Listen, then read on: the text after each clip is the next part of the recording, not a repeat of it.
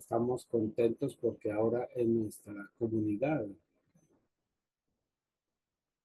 tenemos en nuestra comunidad familias que tienen pacientes de distrofia Becker y ahora tenemos esta presentación sobre el diagnóstico de Becker y el manejo de esta enfermedad. Adelante. Gracias por la conferencia Duchenne, por darnos este espacio para Becker. Eh, Son enfermedades similares.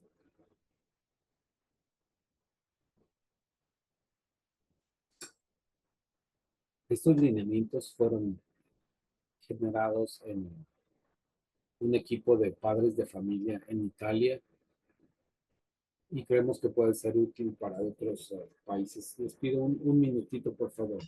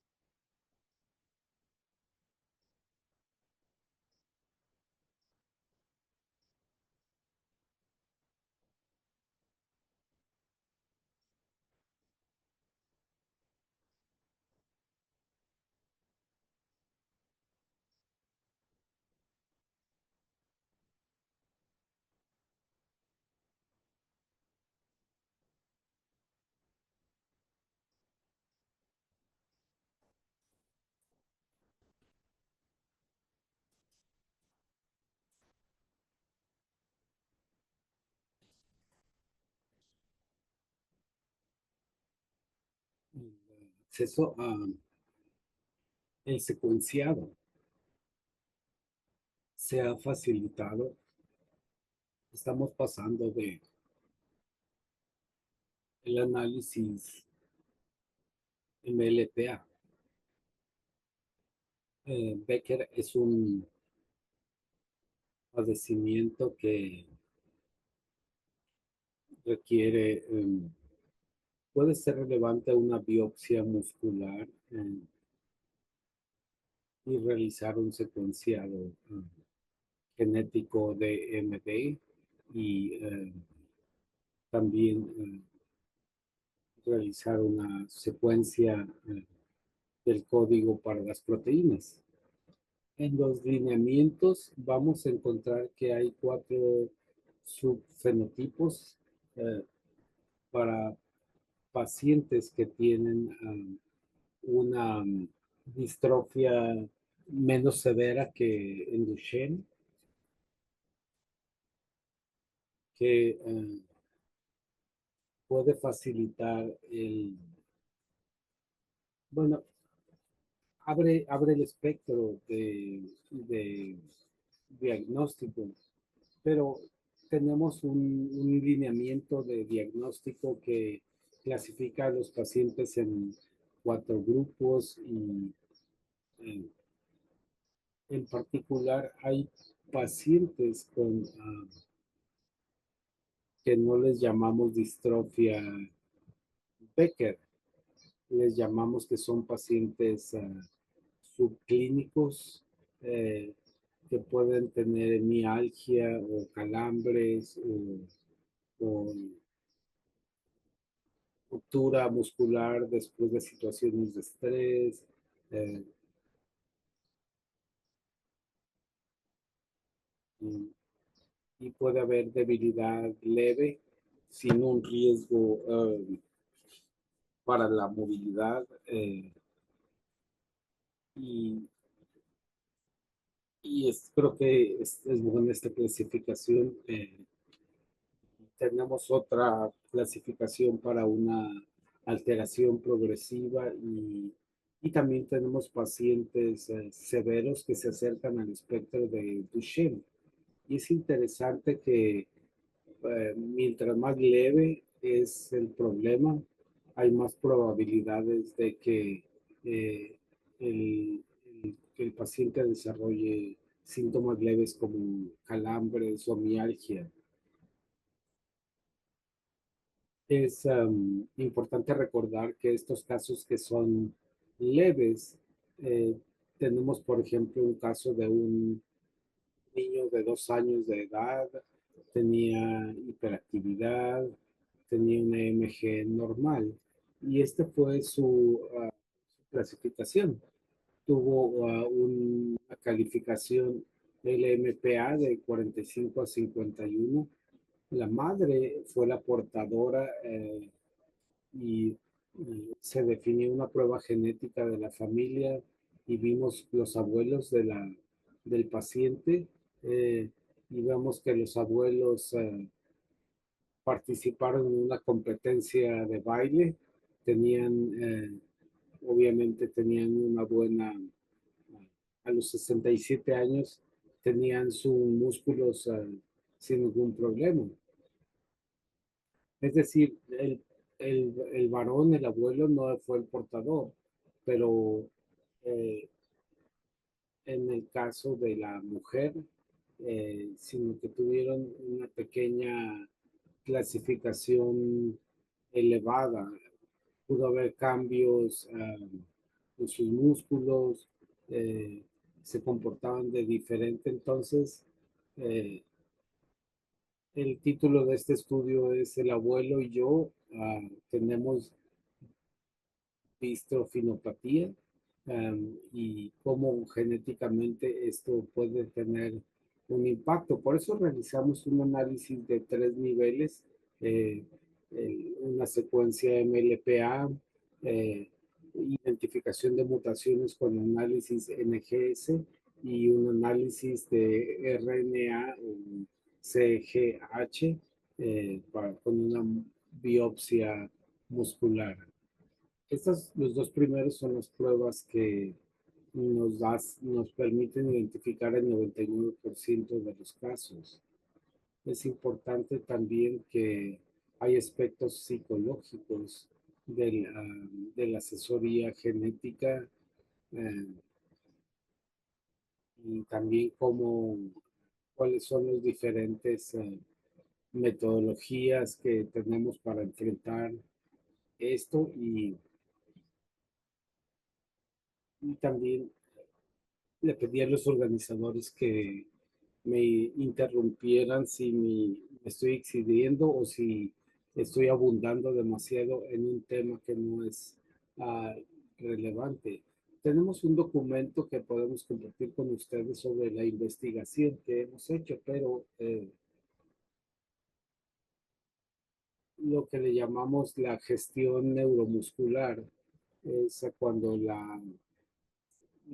la función muscular y su fortaleza eh, se, eh, se tiene que estar monitoreando, haciendo pruebas funcionales eh, y pueden realizar mediciones del movimiento de las articulaciones, pero también es importante ver cuál es la trayectoria clínica de un paciente.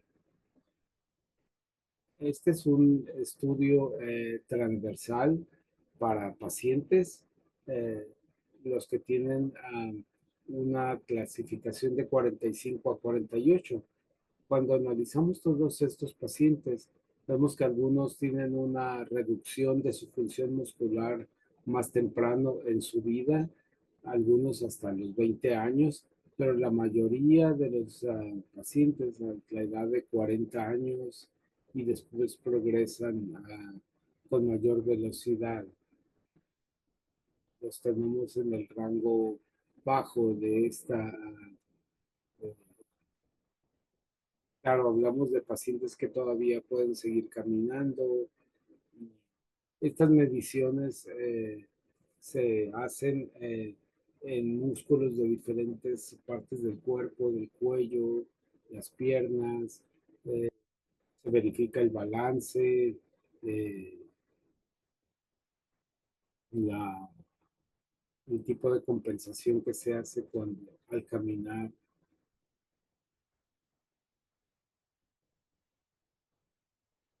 Y agradezco a los doctores que nos dieron esto. Podemos ver la debilidad que hay en las muslos, en las piernas, que no puede haber una extensión completa de las piernas. También en el caso de los brazos tenemos mucha preservación del movimiento. Eh, la salud ósea es importante también porque estoy asumiendo que en el caso de Becker,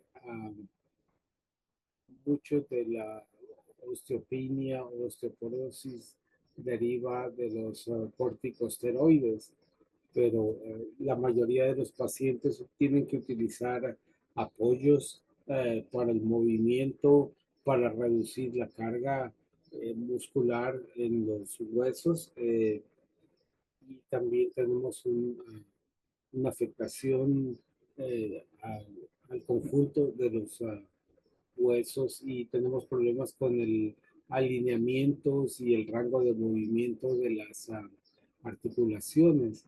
Y, y es importante tener en cuenta esto para maximizar la función y la mineralización.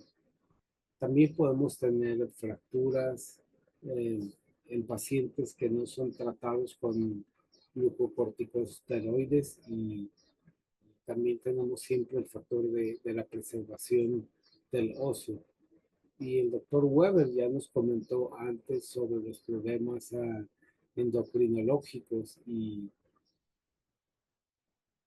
también tenemos que recordar que los pacientes tienen riesgos nutricionales, eh, tienen reducción de ciertos tamaños de su cuerpo y tienen tendencia a la diabetes y necesitan ciertos suplementos como vitamina D y calcio.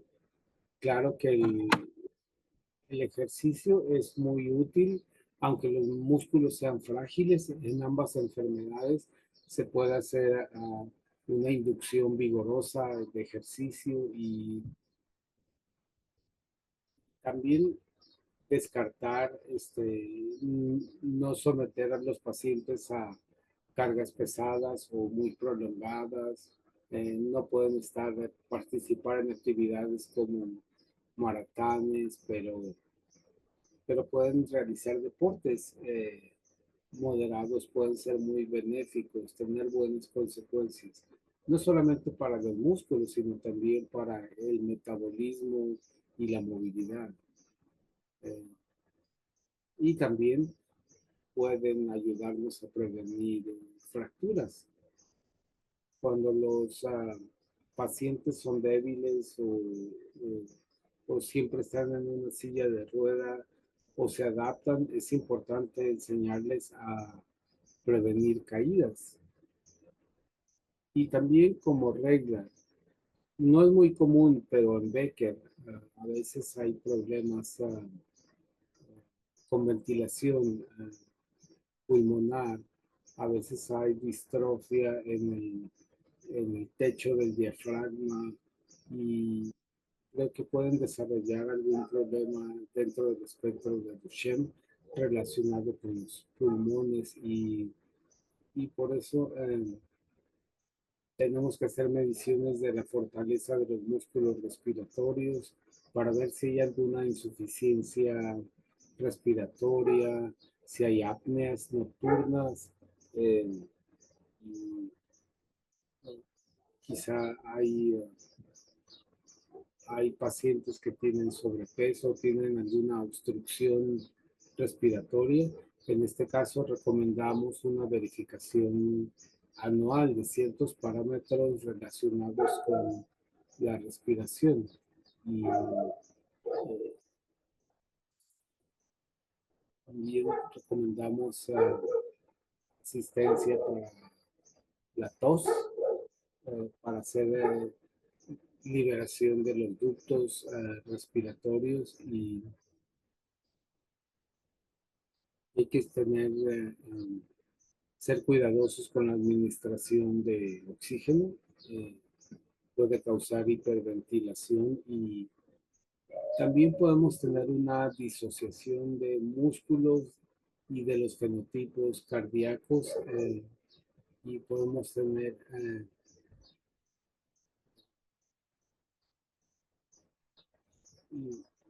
tenemos que considerar que los pacientes que tienen formas de leves de eh,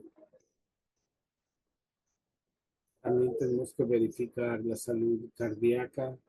Las herramientas que utilizamos es un electrocardiograma y un electrocardiograma Holter y podemos utilizar el monitoreo de varias enzimas o varios marcadores como troponinas que nos dan indicadores de problemas cardíacos y afortunadamente tenemos muchos medicamentos diferentes que se pueden combinar y elegir dependiendo de la deficiencia que encontremos. Y también tenemos buenas terapias para cualquier fallo cardíaco. Tenemos tratamientos de tercer nivel eh, y algunos van a demandar cirugías o tratamientos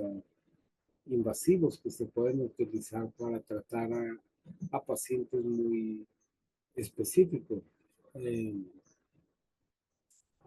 a veces cuando tenemos distrofia muscular, tanto en Duchenne como en Becker, es un indicador común.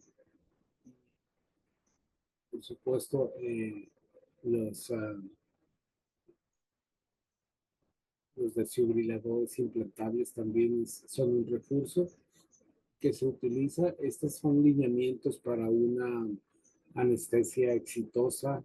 Eh, Tenemos las mismas reglas que utilizamos para anestesia.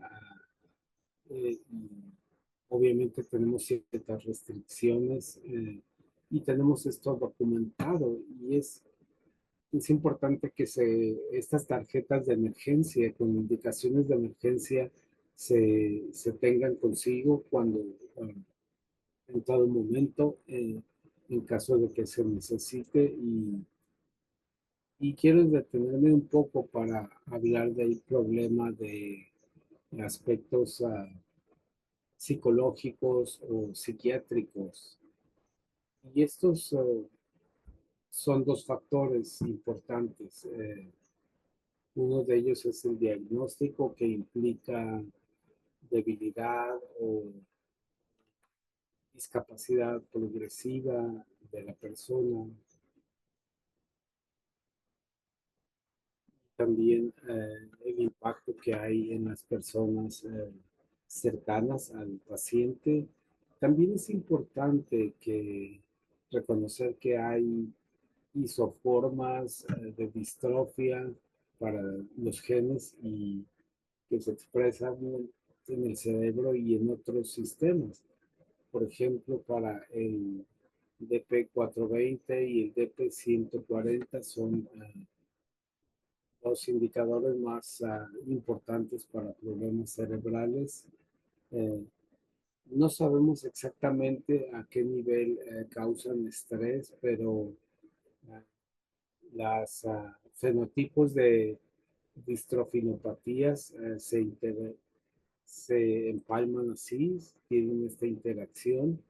Podemos tener retraso en el aprendizaje del lenguaje y tenemos un mayor riesgo de condiciones psiquiátricas en comparación con la población normal. Podemos tener desórdenes compulsivos, depresión, ansiedad, uh, déficit de atención, eh, y podemos tener problemas más estructurados o discapacidades intelectuales. Eh, Hemos visto algunos pacientes que presentan este tipo de problemas. A veces se manifiestan más adelante en la vida del paciente, pero hay ciertas situaciones factoriales que coexisten. Eh, Algunos corresponden al mismo nivel que la población general, pero en el caso de BMD todavía no lo caracterizamos muy bien para, pero están surgiendo mayor información en cuanto a BMD y creo que les mencioné ahorita que tenemos un programa que tiene mucha información, lo compartiré. Hay Hay que tener en cuenta que estos pacientes también tienen un impacto social, se les dificulta realizar trabajo autónomo, por eso es importante comenzar temprano y mientras mejor informados estemos, eh, va a ser más fácil la transición entre la juventud y la adultez y la capacidad de ser autónomos y participar en actividades sociales. El documento que tiene que ver sobre tratamientos aprobados, eh, hoy hay más documentos sobre pruebas médicas y resultados de aplicación de medicamentos que buscan reducir los daños, que buscan ayudar con las contracciones musculares y obviamente hay mucho de esto para Becker y queremos revisar los lineamientos. Siempre también hay medicamentos que estamos incluyendo. Agradezco a todos los autores y a los pacientes. Antonio, gracias por ser. Quiero adelantar esto, pero es una persona que colaboró mucho con conocimiento sobre los pacientes y él ha valorado muchos aspectos de la enfermedad y tengo mucha gratitud por el trabajo de este profesional.